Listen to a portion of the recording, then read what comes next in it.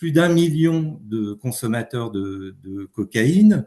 Et d'ailleurs, ce qui est intéressant, c'est qu'en 2023, la France, en termes relatifs, en pourcentage de la population, a dépassé les États-Unis comme consommateur de cocaïne.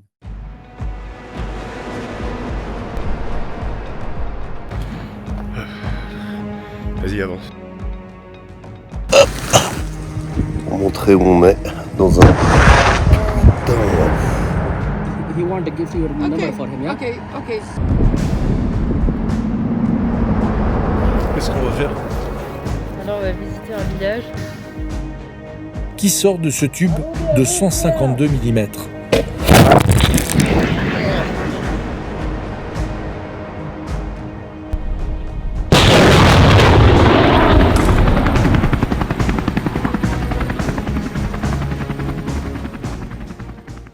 Bonjour à tous, chers abonnés d'Omerta, abonnés de notre application, également abonnés de notre chaîne YouTube. Aujourd'hui, podcast un peu particulier, podcast Rotex sur les drogues, le crime organisé en France. Et pour cela, je reçois Michel Gandillon. Bonjour Michel. Bonjour Régis Le Sommier, merci de m'inviter. Merci, c'est la première fois que vous prenez part à un podcast pour Omerta. Vous êtes expert au CNAM, je le précise, et vous êtes également, vous appartenez aussi à l'Observatoire des criminalités internationales à l'IRIS. Je cite aussi deux ouvrages de référence que vous avez publiés, le livre Drugstore aux éditions du CERF et également Géopolitique du crime organisé aux éditions Erol. Alors, Michel Gandillon, je commence par une question. L'an dernier, des magistrats de Marseille avaient choqué en décrivant la cité phocéenne comme une narcoville. Y a-t-il, selon vous, à Marseille, on entend toujours revenir quand on entend parler des drogues, spécifiquement une situation qui, selon vous, échappe aux autorités? Alors oui, on peut dire qu'effectivement Marseille a une histoire d'ailleurs depuis des décennies et des décennies. Il y a une implantation très forte du crime organisé dans cette ville, du fait notamment de sa situation de port qui a été ouvert sur l'Empire colonial, donc il y avait au moment des connexions avec l'Empire colonial en Indochine des trafics de morphine et d'opium. Ensuite, il y a l'ouverture vers le Maghreb, où le Maroc est le premier producteur mondial de résine de cannabis, donc des connexions se sont faites. Donc l'histoire du crime organisé à Marseille n'est pas franchement nouvelle. Et puis on a eu surtout, dans les années 60, Marseille était un épicentre mondial de la production d'héroïne, puisque les Américains estimaient que 70 à 75% de la production d'héroïne était produite dans la région marseillaise, avec tout un milieu qui était dominé par des familles d'origine corse.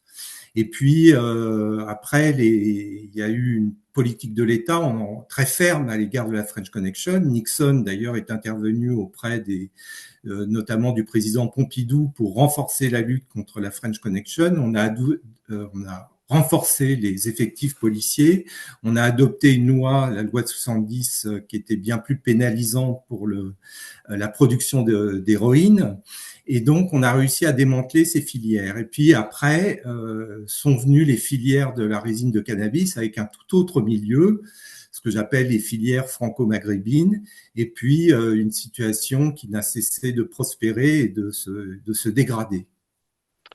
Alors, est-ce que vous diriez qu'aujourd'hui, le trafic à Marseille, pour continuer sur cette ville, est plus difficile à surveiller parce qu'il se fait, on va dire, dans des cités difficiles d'accès, alors que du temps de ceux que vous avez décrits, des Guérini ou autres Zampa, chacun avait son bar dans le centre-ville, ce qui permettait peut-être une meilleure surveillance? Oui, absolument. La situation a changé. Alors effectivement, crime organisé implanté depuis très longtemps, je l'ai dit, mais le changement vraiment qualitatif qui est intervenu, c'est que à l'époque de la French Connection, des filières corses et marseillaises, on avait d'autres activités d'ailleurs que la production d'héroïne, on avait le proxénétisme, le contrôle de l'industrie du jeu, et toute cette activité était relativement localisée. était surveillé effectivement par la police, mais avec effectivement des phénomènes de corruption, puisque des clans étaient en accointance avec certaines grandes familles politiques. Les Guérini étaient plutôt de gauche et il y avait une autre grande famille qui était plutôt liée à la droite locale. Donc tout ça se faisait avec des règlements de compte aussi, bien sûr, mais ça n'affectait pas la vie de la population dans les quartiers dits populaires. Le grand changement en fait qui a commencé à intervenir il y a 40 ans, on parle beaucoup de point de bascule avec l'assassinat du frère d'Amin Kessessi, mais en fait le grand point de bascule il est intervenu il y a 30-40 ans quand on commençait à s'implanter dans les quartiers des banlieues, pas seulement à Marseille mais dans les grandes métropoles, dans la région lyonnaise, dans la région parisienne, dans la région lilloise, des trafics implantés directement à l'intérieur des quartiers et affectant la vie des populations. C'est ça, en fait, le grand changement qui est intervenu.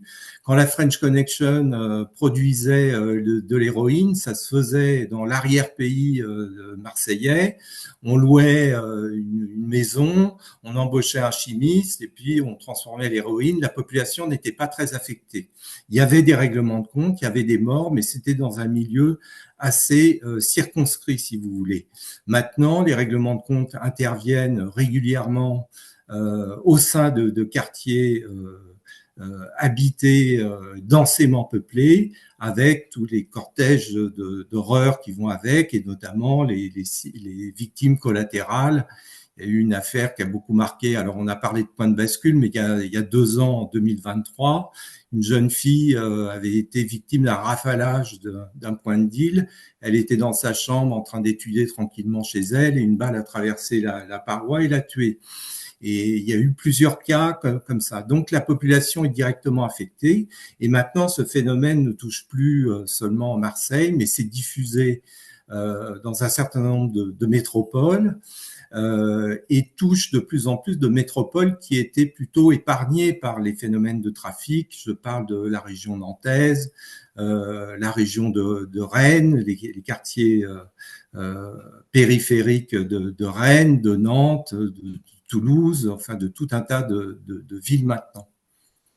Est-ce que, comment peut-on expliquer justement le fait que la drogue s'est rapprochée des populations? Est-ce que c'est l'explosion de la consommation qui a finalement fait que les volumes sont beaucoup plus importants qu'à l'époque?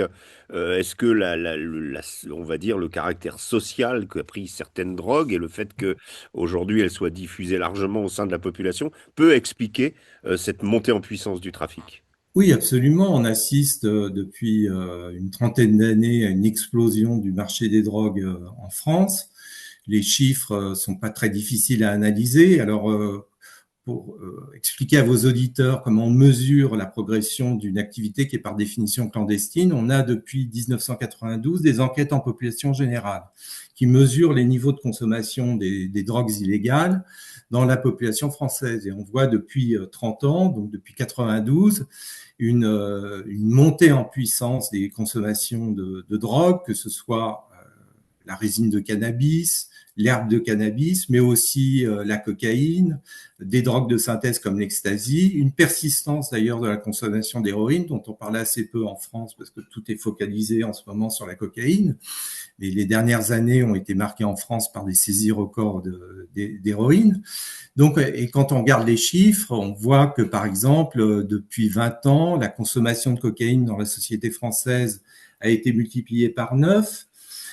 Que cette tendance à la hausse ne fait que s'accélérer puisque entre 2017 et 2023, je crois, les consommations de cocaïne dans la société française ont augmenté de 70%.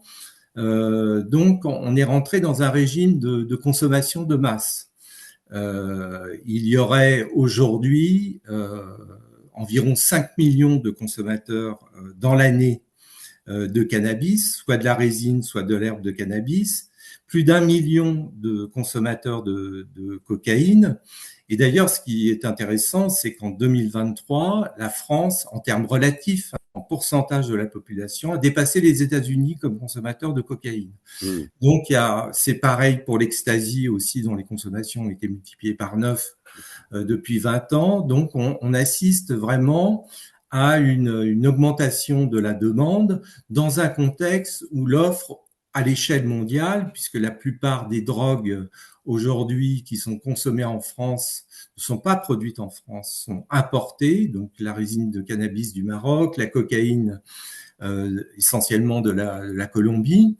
Par exemple, pour la cocaïne, la production en Colombie a été multipliée par 8 en l'espace de 10 ans, dans un temps extrêmement court. Les dernières données qui viennent de tomber sur l'estimation de la production de cocaïne en Colombie l'estiment à 3000 tonnes, ce qui est absolument considérable. Je ne sais pas si vous vous souvenez de l'époque du plan Colombie, quand les Américains sont intervenus. Contre Pablo Escobar. Non, c'était en 93-94, mais en 2000, c'était contre les FARC, qui était une guérilla qui était très investie dans le trafic de drogue et qui menaçait, qui était devenue tellement puissante qu'elle menaçait vraiment la pérennité du régime colombien. Eh bien, à cette époque, en 2000, donc, il y avait eu ce plan Colombie qui était un plan anti-drogue et puis un plan de renforcement de l'État colombien face aux différents mouvements de guérilla.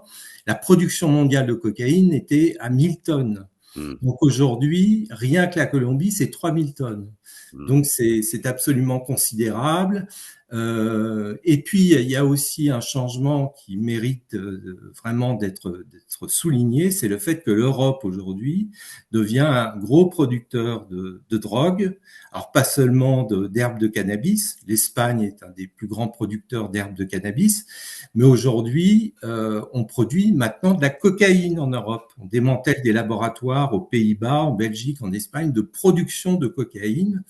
On démantèle aussi des laboratoires de production de drogue de synthèse avec la Belgique et les Pays-Bas comme épicentre, notamment d'ecstasy.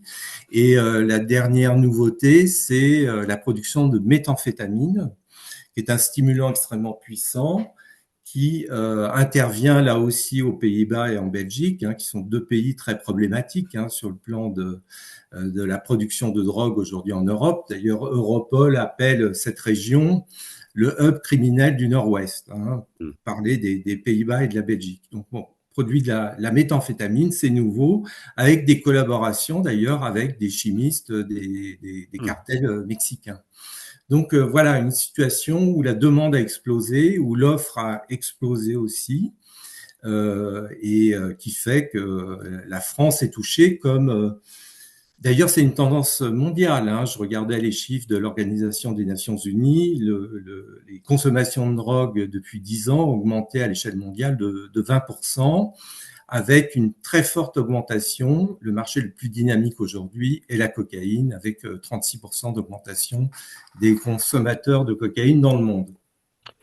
Alors, Michel, le profil du consommateur a changé, j'imagine, de celui qui prenait il y a 10 ou 20 ans un petit joint à celui qui avait l'aiguille dans le bras, tout maigre, etc. Aujourd'hui, le consommateur, il est indéterminé. Ça peut être n'importe qui, c'est ça? Chers amis d'Omerta, avant de poursuivre cette vidéo, je souhaitais vous partager la situation dans laquelle se trouve notre équipe. En effet, nous faisons l'objet d'attaques et de harcèlement depuis plusieurs mois et tout ça s'intensifie depuis quelques semaines. L'objet de ces attaques, c'est tout simplement le travail qu'Omerta produit depuis 3 ans sur un certain nombre de sujets en se rendant sur le terrain où les médias mainstream ou les médias internet ne souhaitent ou ne peuvent se rendre. Ukraine, immigration, mais aussi wokisme, transsexualité, pédocriminalité et bien d'autres sujets. Tout ce que nous avons traité depuis 3 ans chez Omerta, que ce soit dans notre magazine ou sur notre application mobile, dérange le système et ce système a aujourd'hui décidé d'intensifier la pression sur notre société. Pour soutenir notre travail, pour soutenir la liberté d'expression, alors soutenez dès maintenant Omerta en effectuant un don défiscalisé à hauteur de 66%. Pour un don de 100 € versé à Omerta, vous ne payez en réalité que 34 €. Ces dons, ils sont indispensables en cette fin d'année pour garantir la qualité et la quantité de notre travail. Vous le savez, Omerta ne bénéficie d'aucune subvention publique et nous avons besoin de vous maintenant plus que jamais. Un grand merci et bon visionnage. Absolument, les profils maintenant sont devenus très larges. Vous avez raison de parler de l'archétype en fait du toxico Mm. qu'on voyait dans les années 80-90 avec l'épidémie d'héroïne qui avait été très Mm. importante en France euh, et auquel on a mis fin à partir de 95-96 avec l'introduction des traitements de substitution comme le Subutex et la méthadone. Et effectivement, cette vision du toxico avec l'aiguille dans le bras est complètement dépassée aujourd'hui. Vous l'avez dit, l'élargissement du nombre de consommateurs fait qu'on maintenant on a des différents profils sociaux qui consomment la drogue.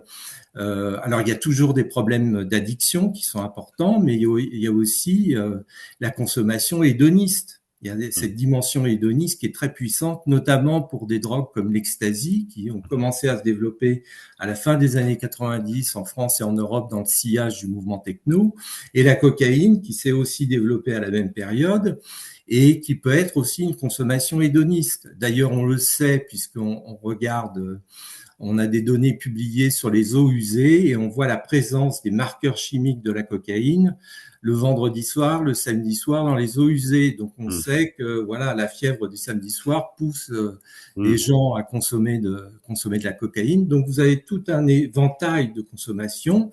Vous avez aussi les consommations parce qu'on parle là de stimulants de gens qui font des métiers pénibles, comme les routiers, comme les marins-pêcheurs, comme les patrons de bars qui voilà se couchent tard, ont une vie plus ou moins trépidante. Donc pour tenir dans le cadre de du travail, des cadences, vont prendre de la cocaïne ou des amphétamines. Donc voilà, on a une sorte de société maintenant qu'on appelle addictogène. Certains addictologues ont créé ce concept, une société qui produit de l'addiction. Addiction, oui. Oui, on va y revenir. Il y a aussi les drogues, je pensais vous parliez de récréatives, mais est-ce qu'on peut les classer comme on en entend parler des ravages de cette drogue, le chemsex.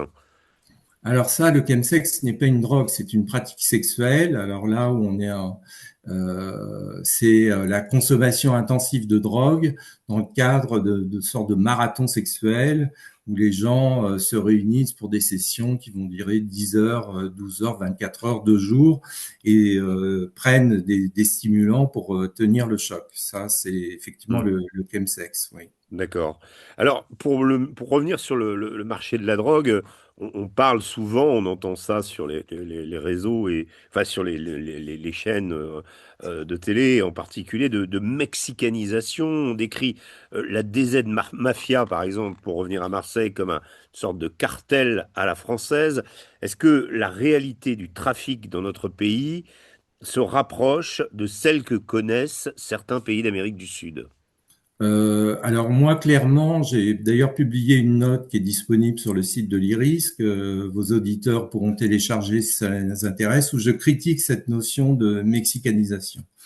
Il y a effectivement alors une mexicanisation qu'on observe, mais c'est la mexicanisation du discours médiatique et Hmm. du discours politique autour des drogues. C'est un phénomène tout à fait récent. De même que cette mode maintenant de parler de narcotrafic, c'est une mode qui a explosé il y a vraiment 2 ans, qui est d'ailleurs un peu étymologiquement un peu absurde, puisque narco, c'est dérivé d'un terme grec qui veut dire narcotikos, qui endort. Et il est difficile et absurde de parler de Hmm. trafiquants de cocaïne comme des narcos, puisque la cocaïne n'est pas précisément une Oui, substance qui endort. C'est plutôt l'héroïne qui est un narcotique et pas la cocaïne. Mais bon, ça, je mets ça à part. C'est c'est absurde intéressant d'être précis. étymologiquement. Hmm. Le deuxième plan, c'est effectivement la comparaison avec l'Amérique latine. Donc, depuis 2 ans, on nous parle de mexicanisation. Alors, le terme est apparu il y a 2 ans, 3 ans à Marseille. D'ailleurs, les policiers, ça avait fait la une du Monde, ne parlaient pas de mexicanisation, ils parlaient de dérive à la mexicaine.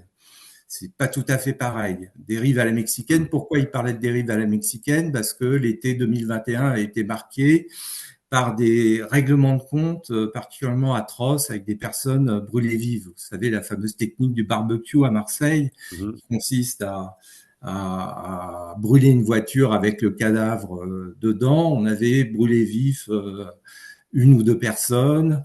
Il y a eu des phénomènes aussi de torture, des phénomènes qui ont poussé certains policiers à parler de dérive à la mexicaine, avec aussi le constat de recrutement de jeunes tueurs. Donc ça faisait penser à l'époque du cartel de Medellín qui recrutait. Il y avait eu ce film de Schroeder, La Vierge des tueurs, qui racontait le recrutement par un cartel d'un jeune garçon de 13-14 ans pour aller tuer et faire des règlements de compte. Donc on a utilisé ce terme et puis ça s'est aggravé. Alors mexicanisation, on est passé donc de dérive à la mexicaine, à la mexicanisation, à la probable mexicanisation, puis maintenant à la mexicanisation. Donc moi j'y vois plutôt une sorte d'instrumentalisation politique. Alors à la fois une mode médiatique. Et aussi une instrumentalisation politique parce que il est peut-être plus valorisant pour l'État de dire qu'il a affaire à des cartels, à des monstres criminels. C'est plus valorisant et plus pratique pour expliquer les échecs que de dire qu'on a affaire en France à de simples gangs. Alors extrêmement nuisibles, extrêmement dangereux, mais voilà. Alors pour revenir à la situation au Mexique, je vais vous donner quelques chiffres. Depuis 2006, quand l'État mexicain a déclenché sa guerre contre les cartels poussés par les États-Unis, on estime que depuis 2006, des centaines de milliers de personnes sont mortes au Mexique, des dizaines de milliers ont disparu, des centaines de milliers sont déplacés. Donc on a affaire à une sorte de guerre de basse intensité, avec des taux d'homicide qui atteignent les 25 pour 100 000. En France, on en est à 1,5, 4,5. Donc, on parle, alors, la dérive sémantique continue, puisqu'on parle maintenant des organisations criminelles françaises, ces gangs de cité comme de cartels. Bon, faut savoir ce qu'a été le cartel de Medellín, mais le cartel de Sinaloa, c'est des milliers d'hommes armés. C'est une cinquantaine de clans qui d'ailleurs produisent une masse de drogue phénoménale, qui sont implantés de manière internationale et qui ont des capacités de corruption sur la classe politique. Alors, on parlera peut-être des problèmes de corruption en France, mais à une échelle où on peut dire qu'il y a une hybridation entre l'État, les pouvoirs locaux et le monde criminel. Vous avez vu, par exemple, récemment, l'ancien ministre de la lutte contre la drogue au Mexique, Monsieur Genaro Luna, a été extradé et jugé aux États-Unis. Donc, c'était quasiment le ministre de l'Intérieur du Mexique, qui a été condamné à 28 ans de prison parce qu'il avait des accointances avec le cartel de Sinaloa. La guerre contre les cartels, en fait, c'était une guerre contre certains cartels avec l'alliance du cartel de Sinaloa, en fait, qui utilisait cette guerre pour se débarrasser de ses concurrents. Donc, vous parlez des États, par exemple, la façon. Alors, absolument, vous avez raison de me le rappeler. Les États sortent d'où? D'une partie de l'armée mexicaine. Oui. C'est l'époque, je ne sais pas si les auditeurs, ça dira quelque chose aux auditeurs, il y a l'émergence de la guérilla du Chiapas au sud du Mexique. Et l'État mexicain décide de créer les groupes aéromobiles de l'armée mexicaine. Et de ces groupes aéromobiles, des troupes d'élite, va surgir des membres qui vont en fait devenir les gardes du corps du cartel du Golfe et ensuite s'autonomiser et devenir un des cartels les plus puissants et les plus cruels du Mexique. Avec des méthodes terribles, notamment exposition des cadavres accrochés. D'ailleurs, vous avez mentionné dans un tweet l'épisode de Bruxelles où on avait un Albanais, trafiquant albanais, qui avait été pendu sur le périphérique de Bruxelles. Voilà, ça c'était les méthodes. Comment ? Je crois que finalement, c'était pas ça. Je crois que je me suis trompé. C'était pas ça. Bon, c'était pas ça. Et en tout cas, oui. Quand des villes comme Veracruz ou voilà, Ciudad Juárez à l'époque, voilà. où il y avait pour les ponts, le paroxysme de la guerre entre les cartels, des milliers de morts. Marseille, en 2023, il y a eu 49 morts. Enfin, les échelles sont pas du tout les mêmes, la puissance, les processus. Donc, parler pour moi de mexicanisation, c'est erroné. mais ça ne veut pas dire pour ça, je suis très clair là-dessus, que la situation n'est pas grave en France. Hmm. À l'échelle de la France, de l'histoire de ce pays, nous vivons effectivement une période extrêmement inquiétante de renforcement du crime organisé. Et en aucun cas, en critiquant cette notion de mexicanisation, je veux atténuer, si vous voulez, le diagnostic sur la gravité de la situation. Hmm. Est-ce que j'imagine, nos autorités, les stupes, la police s'inspirent de méthodes aussi utilisées au Mexique pour lutter contre ce trafic? Oh, je parle du Mexique, mais il y a aussi la Colombie, il y a d'autres pays, le Salvador ou d'autres. Alors, il y a une collaboration internationale puisque moi j'ai rencontré au cours de ma carrière, de mes recherches, des policiers de l'OCERTIS, qui est devenu aujourd'hui l'Office anti-stupéfiants, travaillaient dans les ambassades de France au Mexique et en Colombie euh, pour conseiller et effectivement partager du renseignement avec les polices locales. Mais je crois que la grande différence aujourd'hui dans la lutte, alors c'est d'une part que c'est largement un échec. De toute façon, on dit s'inspirer des méthodes, mais quand on voit depuis 10 ans l'explosion de la production de cocaïne en Colombie, quand on voit les masses de drogue et le degré d'hybridation entre les pouvoirs politiques et criminels au Mexique, on ne peut pas dire que s'inspirer de leurs méthodes soit une bonne chose.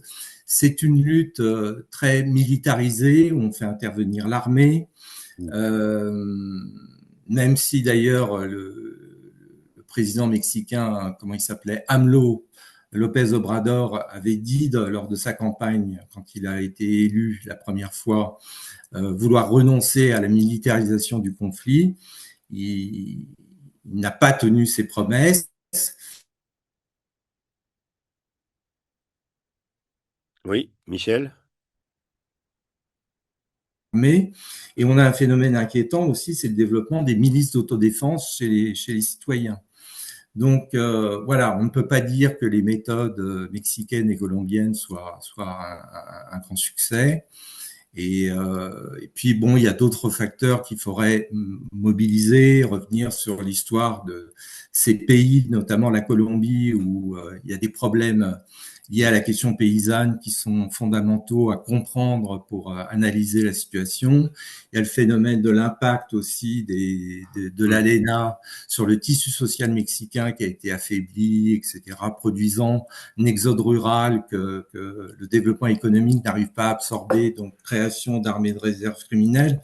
Bon, voilà, il y a tout un tas de facteurs qui font que Alors, les situations sont sont très différentes. différentes. Par exemple, ce que vous évoquiez avec cet ancien ministre de la Justice mexicain, est-ce qu'il n'y a pas en France, par exemple, une tentation de la part des autorités d'utiliser un gang contre l'autre? Je parlais de la DZ Mafia qui est venue à bout du groupe Yoda, par exemple, à Marseille. Est-ce que ça, c'est pas encouragé par les autorités, comme Sinaloa a été longtemps l'allié du gouvernement mexicain? Alors là, je n'ai pas d'informations précises là-dessus à vous donner. Alors sur le fait qu'effectivement, ponctuellement, tel service puisse utiliser un criminel contre un autre, c'est possible. Je vous ai dit qu'à Marseille, dans les années 60, une partie de la gauche marseillaise avait des accointances, Oui. et donc une partie de la police avait des accointances avec la famille Guérini. Une autre partie, la droite locale en l'occurrence, avait des accointances avec tel ou tel clan, et effectivement les fractions policières qui étaient liées à tel ou tel groupe pouvaient instrumentaliser des enquêtes pour éliminer l'ennemi politique et criminel du moment. Alors voilà, c'est possible, mais j'ai pas entendu parler de phénomènes en France aussi éclatants entre guillemets qu'au Mexique.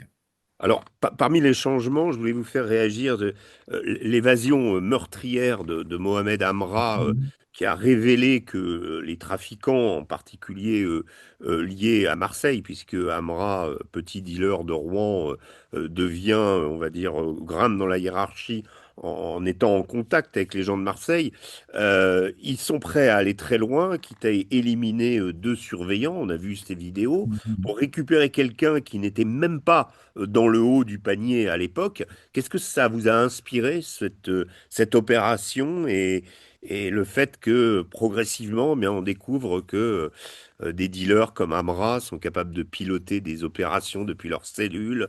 Bref, qu'il y a quand même quelque chose de tentaculaire qui se met en place. Oui, alors il y a plusieurs problèmes là-dedans. Il y a effectivement, on en parlait au début, sur le changement de fonctionnement du milieu criminel.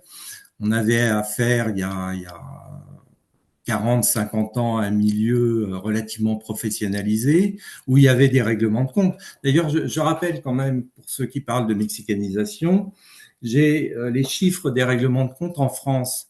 Dans les années 80, les règlements de compte étaient beaucoup plus nombreux qu'aujourd'hui. Euh, je regarde par exemple 1983, 184 morts. 1982, 168 morts. 1980, 148 morts. C'était une époque qui était très particulière parce qu'il y avait une querelle, le milieu corso-marseillais commençait à éclater, il y avait des querelles de succession, il y a eu la mort de Zampa, donc il y a eu tout un tas de changements dans ce milieu et on s'est beaucoup entretués. Si on additionne la décennie 80, on est presque à 1500 morts en France. Donc, en 2023, 139 morts. Donc, on parle d'exacerbation de la violence. C'est pas forcément exact. Ce qui est exact, en revanche, c'est que qualitativement, elle a changé. On en parlait avec ce phénomène maintenant des populations qui sont touchées dans les quartiers.